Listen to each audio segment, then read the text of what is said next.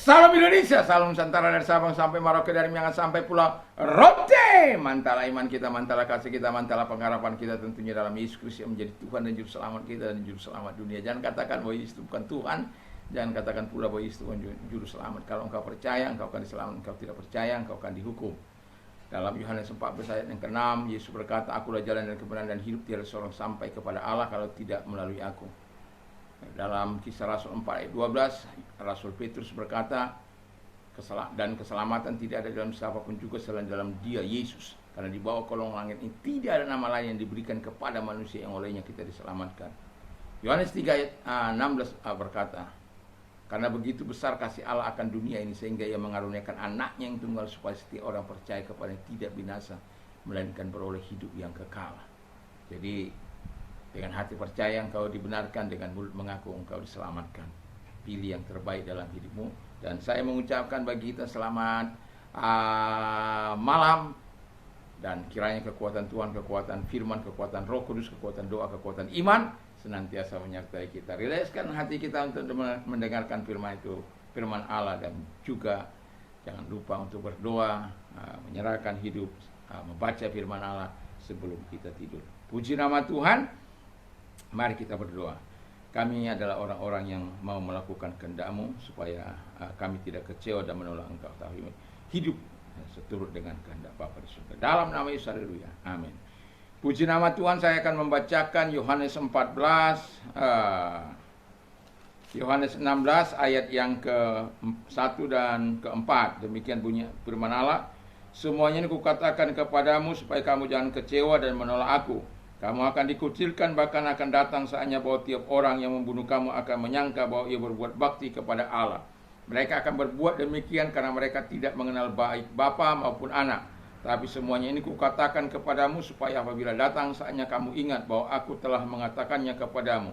Hal ini tidak kukatakan kepadamu dari semula, karena selama ini aku masih bersama-sama dengan kamu." Haleluya, puji Tuhan.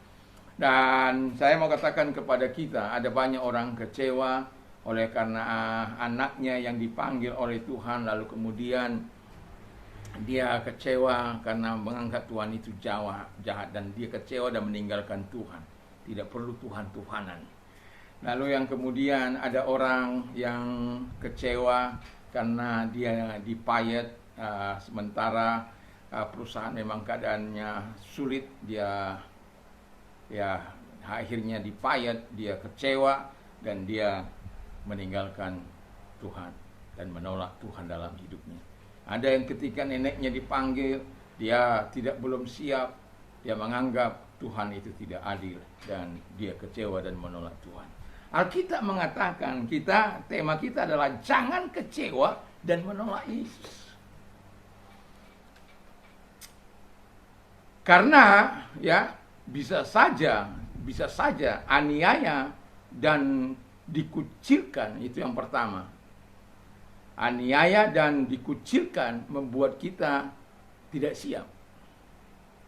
Akhirnya kita, seperti firman Allah katakan, ada orang nanti yang akan menganiaya, ada orang yang akan bahkan membunuh kamu.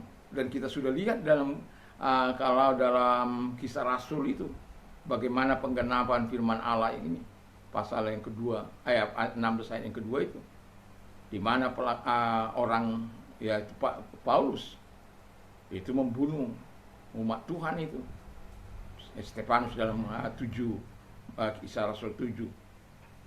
Dan kemudian dia mendapat mandat penuh dalam Kisah Rasul 9 untuk membunuh, membawa, menyeret orang-orang percaya Yesus Kristus, dan dia tidak dihukum. Tapi Tuhan punya cara untuk memanggil dia, kan? Nah, jadi Allah yang memberikan pembalasan, bukan kita. Dan itu sebabnya saya mau katakan kepada kita, jangan kecewa dan menolak Yesus ketika engkau dianiaya atau dikucilkan. Jangan kecewa, yang kedua, karena firman Allah sudah katakan pelakunya, karena mereka melakukan kekerasan, membunuh, menyakiti, mengintimidasi, meneror, membunuh diri, dan lain sebagainya. Karena mereka tidak mengenal Bapa maupun Anak.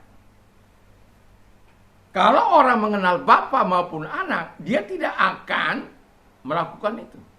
Karena dia dipenuhi dengan cinta kasih. Kemarin saya berkata bagaimana orang yang hidup dalam cinta kasih. Semua karena cinta. Karena ada cinta dalam keluarga menjadi indah. Karena ada cinta dalam sekolah menjadi indah. Karena ada cinta dalam kehidupan menjadi indah. Dalam sebuah organisasi karena ada cinta, semua menjadi indah. Dalam perusahaan karena ada cinta, semua menjadi indah. Itu karena cinta. Nah, jadi pelakunya itu karena belum mengenal Tuhan maupun anak. Kalau andai kata sudah mengenal Bapa maupun anak, kan ada Roh Kudus yang akan dianugerahkan kepada mereka, yang akan diberikan, yang akan menuntun orang itu, menolong orang itu untuk melakukan apa yang baik dan benar. Itu sebabnya penerimaan kita kepada Yesus itu harus benar, supaya kita menikmati transformasi dari dalam. Yang ketiga, kata firman Allah, jangan kecewa dan menolak Yesus, karena Yesus sudah mengatakan lebih dahulu. Nah, jadi kalau dia sudah mengatakan lebih dahulu, ya seharusnya kita sudah siap-siap, sudah antisipasi. Saya dalam pergumulan yang sangat berat, ya. Lalu kemudian Tuhan saya mengatakan ini bukan karena hebatnya saya, bukan, tapi saya merasakan bagaimana Tuhan itu menyatakan segala kebaikannya. Dan peristiwa demi peristiwa yang saya alami karena situasi, kondisi, dan mungkin juga tidak kesiapan saya mungkin kalau Tuhan tidak beritahu. Dan itu pada waktu itu kebetulan adik saya ada di depan saya, yang perempuan, yang ada di Kalimantan sekarang. Dan setiap kali hal yang akan terjadi yang tidak enak itu, Tuhan akan menyatakan. Bisa melalui mimpi, bisa melalui penglihatan yang Tuhan anugerahkan kepada saya. Dan saya cerita kepada adik saya, dan adik saya bilang. Dan seketika itu terjadi, lalu dia satu kali bertanya di meja makan, bagaimana sih, kan nggak tahu adik saya masih ingat atau tidak, bagaimana sih kok Tuhan bisa ngomong sama itu, memang terlalu hebat sekali itu. Saya hanya jawab, nanti kalau kamu sudah lahir baru, akan ada sign-sign yang akan diberikan oleh Tuhan kepada kita. Dan itulah yang kita akan terjemahkan, dan kita akan lihat. Memang setiap roh harus kita uji, dan ketika terjadi, itulah. Makanya kenapa saya bilang, kenapa Tuhan harus datang kepada saya untuk menyatakan, supaya saya siap. Dan ini dia sudah berkata kepada murid-muridnya, supaya mereka siap. Karena sudah dikatakan terlebih dahulu, akan ada orang-orang yang menganiaya, menganggap mereka berbuat bakti kepada Allah mereka. Bayangkan kalau orang sama seperti si Paulus atau Saulus itu, karena dia berbuat bakti kepada Allah yang tidak dikenal, walaupun sebenarnya Allah itu, Allah yang mereka sembah itu adalah Allah Israel. Tapi hanya lip service. Mereka tidak mengalami pembaharuan dari Allah. Dan itu sebabnya tindakan-tindakan mereka penuh dengan kekerasan. Karena apa? Roh agamawi. Kalau roh agamawi disentil, dia akan melakukan hal-hal yang tidak menyenangkan bagi orang-orang yang dianggap melecehkan dan menyakiti mereka. Dan itu sebabnya Yesus katakan, perlu kita ingat ini, ya. Ingat yang 3 hal ini. Yesus sudah mengatakan penganiayaan akan terjadi, ya. Jadi kalau penganiayaan akan terjadi bagi kita, karena setiap orang yang percaya kepada Yesus, satu kali mereka akan menikmati ini. Kita nggak pernah undang dia. Tapi kalau engkau mengalaminya, jangan kecewa dan menolak Tuhan. Ada yang mengalami kesukaran, dia pindah, Saya kenal. Anggota saya. Apakah kita harus apa? Tidak. Karena itu pilihan.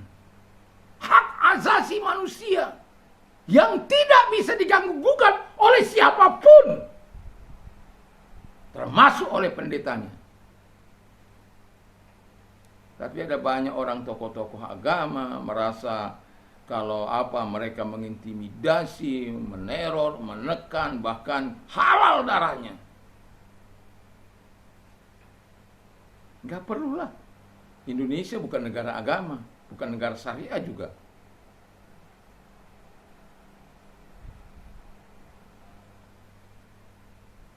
Indonesia ini negara hukum.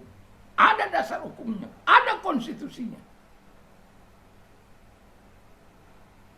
Dan itu sebabnya saya mau katakan, ingat, Yesus sudah mengatakan penganiayaan akan datang, tetapi jangan sampai menolak dia. Ingat juga, Yesus sudah mengatakan mengapa dia pergi. Ya, ini kan cerita juga sekaligus mengapa dia sebelumnya pasal 14, mengapa dia pergi ke surga, mengapa dia harus meninggalkan kita. Kenapa nggak hidup selamanya saja bersama dengan manusia supaya dia tetap bisa membela. Tapi kita sudah tahu dia pergi untuk menyediakan tempat bagi kita dan memberikan Roh Kudus-Nya kepada kita supaya kita semakin tangguh di dalam Tuhan. Jadi itu harus diingat. Yohanes 14 ayat 1 ya, Yohanes 14 ayat yang ke-16. Dia akan berikan Roh Kudus-Nya sehingga kita mampu berjalan dalam kehidupan ini, dan dengan Roh Kudus-Nya itu kita akan kuat menghadapi segala persoalan, dan tidak kita walaupun apapun yang terjadi, sekali Yesus tetap Yesus. Only Jesus. Only Jesus. Only Jesus. There is no others. Tidak ada yang lain, only Jesus. Dia tidak tergantikan oleh apapun, termasuk oleh seluruh kekayaan dunia yang diberikan.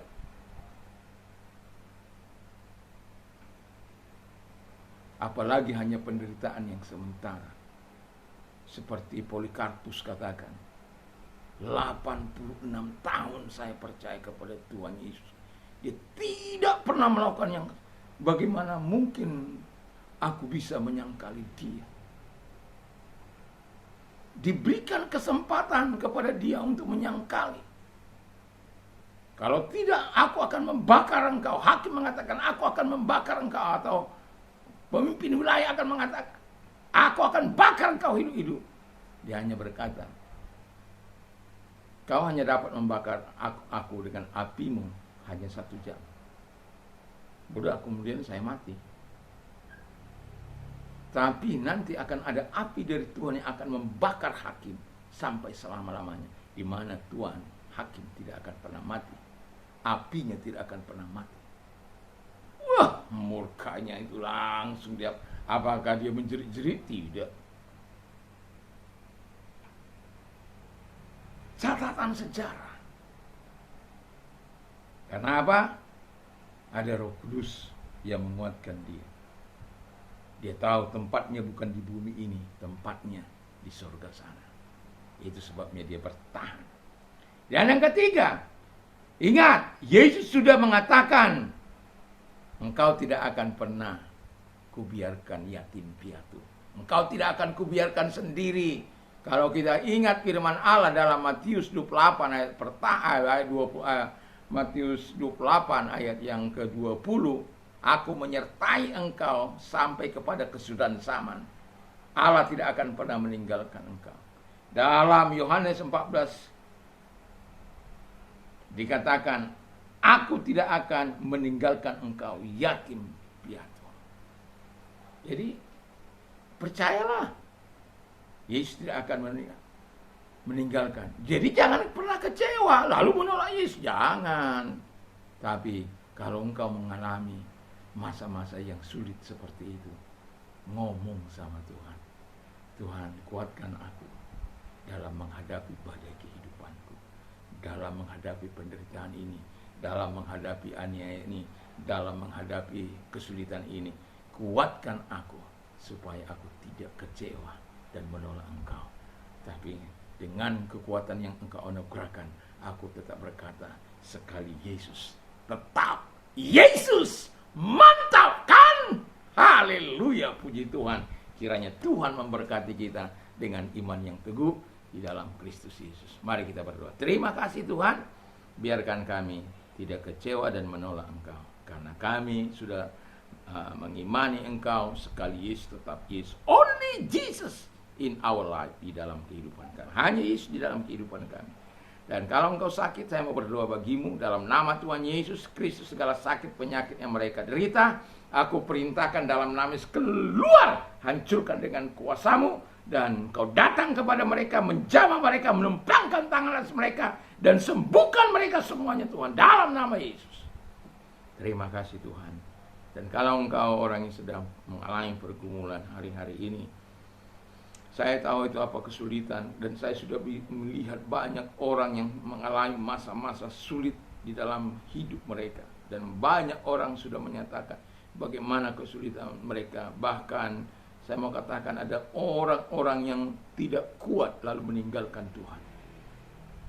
Tapi kalau engkau, saya mau katakan, Tuhan melatih kita supaya kita dapat bertahan, supaya kita dapat memberikan kesaksian kepada mereka-mereka yang kelak mungkin akan menghadapi hal yang sama. Dan kalau kita bisa lepas dari ini karena Tuhan, kita juga akan bisa bersaksi kepada mereka semuanya karena Tuhan. Itu sebabnya saya mau katakan, jangan pernah keluar dari Tuhan. Kalau engkau orangnya, mari angkat kedua belah tanganmu, serahkan diri, karena Tuhan yang akan menolong kita. Mari kita berdoa. Terima kasih Tuhan, lihat tangan-tangan yang diangkat kepadamu, engkau menolong mereka dan memberkati mereka, menyatakan kekuatan kepada mereka, menyatakan kuasa-Mu kepada mereka. Di dalam nama Yesus Kristus, kami sungguh bersyukur, kami berterima kasih. Terpujilah Engkau buat pertolongan-Mu kepada mereka, kepada kami semua. Di dalam nama Yesus kami bersyukur dan berdoa. Haleluya. Amin. Tuhan Yesus memberkati. Selamat malam, selamat istirahat. Dan sekali lagi saya katakan, jangan lupa membaca firman Allah dan berdoa sebelum tidur. Tuhan Yesus memberkati. Mantap, mantap, mantap.